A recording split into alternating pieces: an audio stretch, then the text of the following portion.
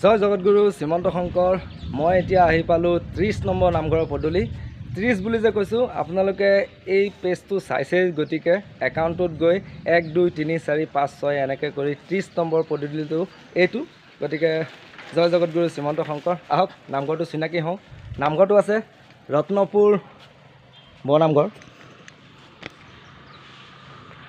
এটা বিশেষ ৱালবিলাকত এনেকৈ লিখা থাকে, দেখিছেনে? এটা ঘোষা লিখা থাকে, যেনেকৈ শ্ৰীমন্ত শংকৰ হৰি ভকতৰ হৰি নামৰ ৰসে বৈকুণ্ঠ প্ৰকাশে, এনেকৈ লিখা থাকে। গতিকে এইটো হৈছে নামঘৰৰ গেট আৰু গতিকে এইটো বাটচৰা। গতিকে যাওঁ গেটটোৰ ওচৰলৈ অলপ।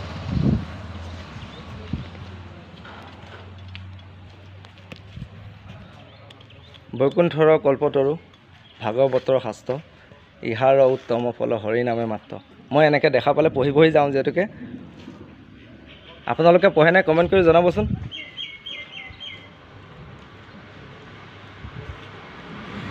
এয়া কৃষ্ণ কৃষ্ণ, সেয়া গুৰুজনাৰ